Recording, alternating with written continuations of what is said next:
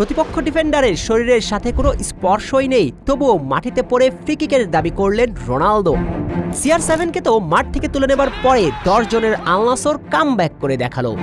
বিশ্বকাপে তো বলেছিলেন আই অ্যাম ব্যাক, এই বুঝি রোনালদোর ফিরে আসা?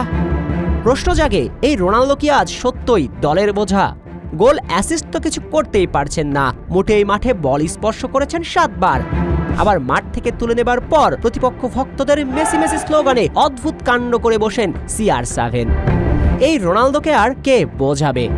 মেসির সঙ্গে তার দ্বৈরথ অনেক আগেই ইতি ঘটেছে।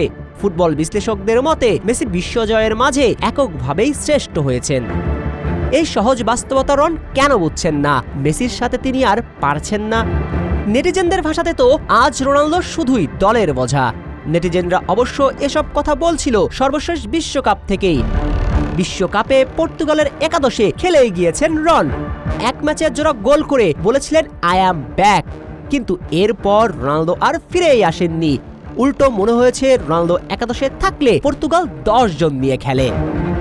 ক্লাবের জার্সিতেও 40 পেরিয়ে যাওয়া এই তারকা দলের ভাগ্য পরিবর্তন করতে পারছেন না।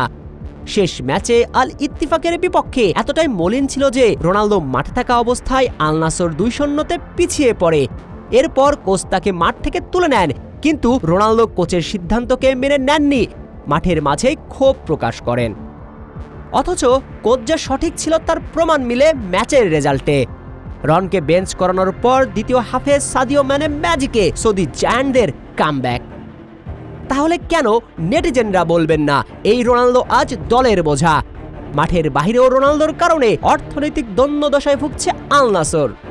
সব মিলিয়ে আজ রোনালদোর সময় হয়েছে মেসির শ্রেষ্ঠত্ব মেনে নিয়েই সম্মান সহিত বিদায় নেয়া।